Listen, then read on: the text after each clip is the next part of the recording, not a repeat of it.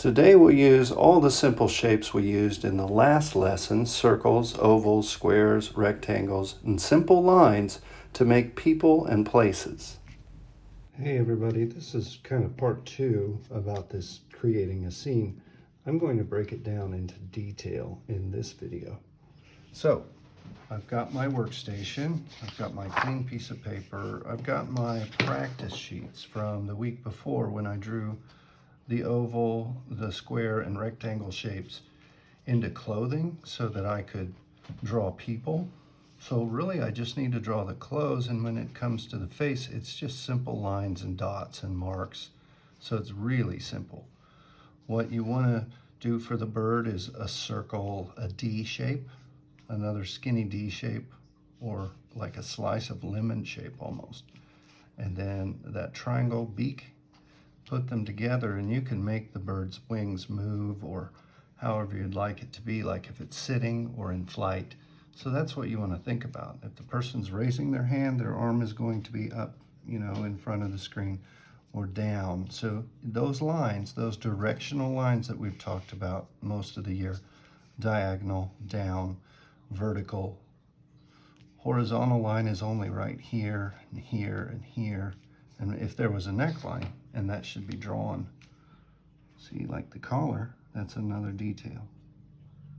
So you want to include all those marks. This is why we practiced. And a lot of us wrote 3 times, or times 3, and didn't draw 3 birds. But the birds were this easy. And if I want him to kind of fly, stick one out, put one foot forward, stick one back, could be flying. Another shape or lines you should know, birds way off in the sky are like this, like an M, a flattened M or an upside down W shape. That's it. That's how to make birds flying off into the sunset or what have you.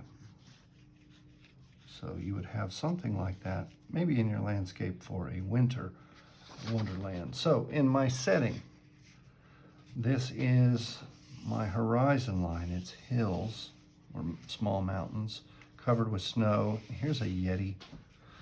And I've got a lot of things going on. Like, is this a real teddy? Is it a real bear, a teddy bear, an elf, Frosty the Snowman, another elf? And who lives in this house? But it is a setting, it is a place. So let's draw another one from scratch. So to have a setting in a story, you need a place. You pick the place. And I usually draw some type of winter wonderland, like it's snow. Maybe there's an ice pond here. We'll keep it really simple in this one. Then I could draw my house right against the sky, the background. Use those shapes. Circle window, square window, squares inside that square, rectangle, circle for doorknob. Now I'm using these lines, wavy lines, to show it's getting closer. So my ice pond and my house, let's add decoration. These little circular lines, they're scallops, they're decoration to the roof line. Maybe I want a chimney and maybe some smoke. Say the wind goes that way. So what else is going on? Well, maybe it's a forest back here. Really, I don't see everything because of these trees. I just overlap, so I don't have to draw everything about the tree. Stick in that horizontal line where the trees are. You could make one side kind of dark if you wanted it to look more real. But already I have a setting. This is a place. Wouldn't you agree? It's a house. It's some trees. I could have larger trees in the background, which would look kind of neat.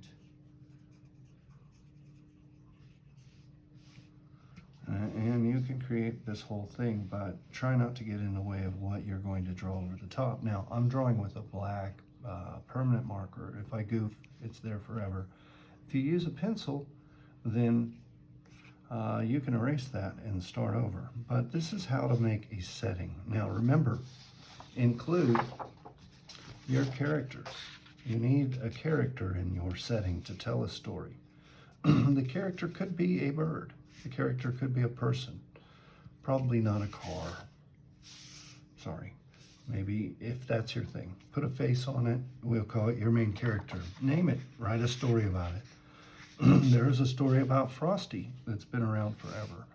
There is a story that has the island of misfit children, and there's a Yeti or an abominable snowman or something like that in it. It's a good old story. Maybe there's a story about a big teddy bear that comes to life. I don't know. Or elves. Yes, I've seen a movie about that. So create the character you want from the shapes we made. You can do this. Just tell a simple story in your drawings. And here's a couple different versions of what a setting could be. I still have my house on the same side, but it's a little closer up. And this one is going to be fun to paint in. Maybe color these in and cut them out and put them on, or create different ones. You decide. Send me your setting. You can do this. It's pretty easy. You decide where things are. What do you want your setting to look like? Who are the main characters? Enjoy.